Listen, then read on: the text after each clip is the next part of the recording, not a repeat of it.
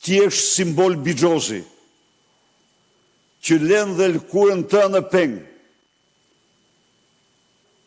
I keni lexuar ju 24 orë nga jeta e një gruaje të Stefan Zweigut? Ju lutem qytetarëve, lexojeni këtë tregim për të patur idenë e plotë se që përfaqëson Bledi Klosi, Bledi Biçozi.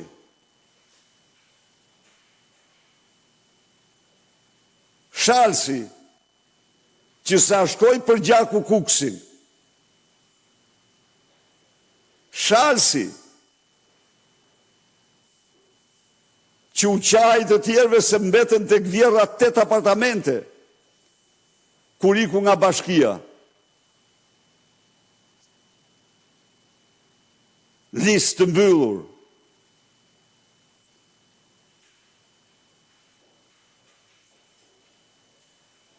Po Çuçi, që i detyrohet familjarisht 10 milion euro të vjedhura, të përvetësuara nga Delina, që në rast se takspaguesit amerikanë kërkojnë të kthehen parate, këto i konvertohen në vite burgu. Po Vengu, dezertori i NATO-s, një nga antarë të çetës 5B, edhe ai në mbrojtje.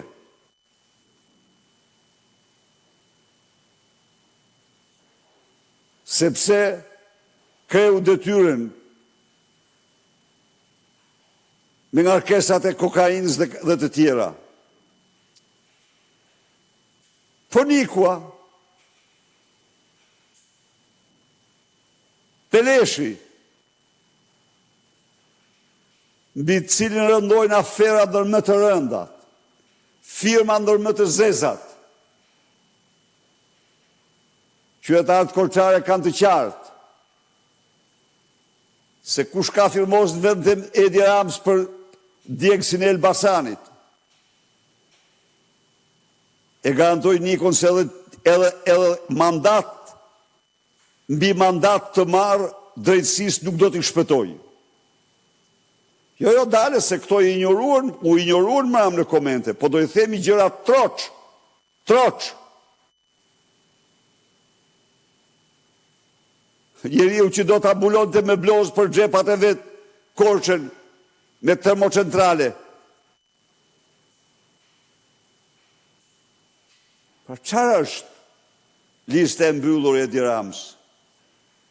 Lista e mbyllur e Edi Rams është lista e skapistëve. E atyre që hynë dalin në skap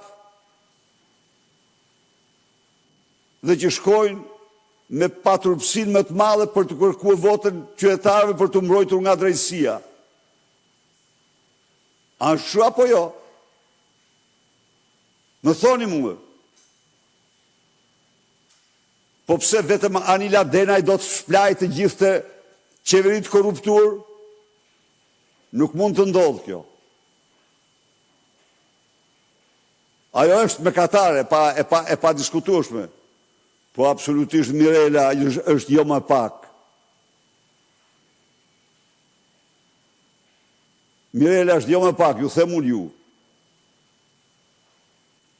Pra, lista e mbyllur është lista e mafjes, është lista e skapit e Edi Rams. Të shkojmë të lista e hapur. Na thot pak. Çfarë është lista e hapur? Hajdut dhe patronazhist. Po Çenoklos të dytë nuk bën. Po ta krahasosh Çenoklosin me Petrokoçin, te Del Petroja Qelibar. Pak me thënë. E kuptoni ju apo jo? Pra, lista tjetër është patronazhist dhe pastaj të tjerë kërkon Google. Mos harroni, kur t'ja u ndëgjoni emrat, klikonin Google për gjë se çfarë janë. I munges totale respekt ndaj qytetarëve shqiptarë dhe zgjedhësve shqiptarë.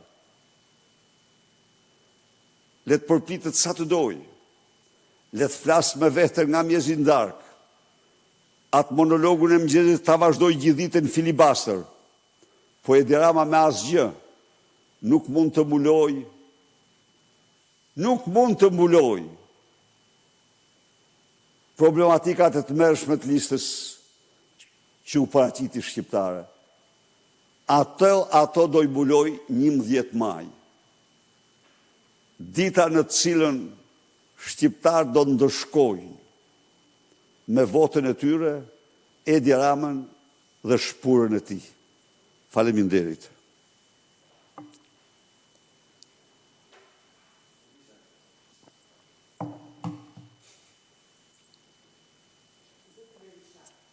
Koment në lidhje me kandidatët tuaj që braktisën garën pasi nuk ishin në zonë të sigurt.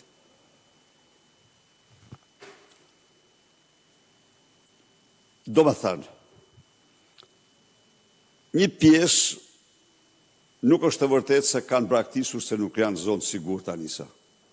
Një pjesë e tyre më përpara kanë bërë të ditur se nuk do të aplikojnë, nuk do hynë në garë. Dhe kjo cili do le të bëjë një check-up tek lista e kandidatëve që kanë hyrë në garë. Pra kanë preferuar të vazhdojnë jetën e tyre private. Në tërësi, deputetët kanë pranuar verdiktin e listës. Tani nuk po flas për ndonjë që nuk e pranoi verdiktin, po unë mendoj se betejë me Edi Ramën ose kundër Edi Ramës zhvillohet jo nga opozitat e opozitës, se ato janë vetëm për të ndihmuar Edi Ramën, po ajo zhvillohet në gjirin e aleancë më të fuqishme që ka njohur Shqipëria, aleancë për Shqipërinë madhështore. Dhe një pyetje, ndërkohë deputeti Sula vendosi që të hyrë në zgjedhje nëpërmjet një formacioni tjetër politik. Vetë kryeministri e mori sot në mbrojtje duke e konsideruar një gjel deti, por një gjel deti të veçantë. Keni një koment?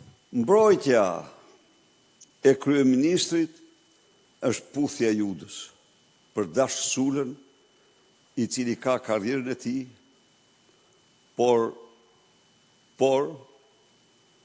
mendoj se hapi që bëri të rjeshtohet me opozitën e opozitës, pra de facto me një patericë të Edi Ramës, nuk është zgjidhja në vlerësimin tim, megjithse unë e theksoj këtu, respektoj zgjedhjen si thelbin e lirisë të çdo individi. Faleminderit. Mund të jap një dy statistika, po se i pasën këtu.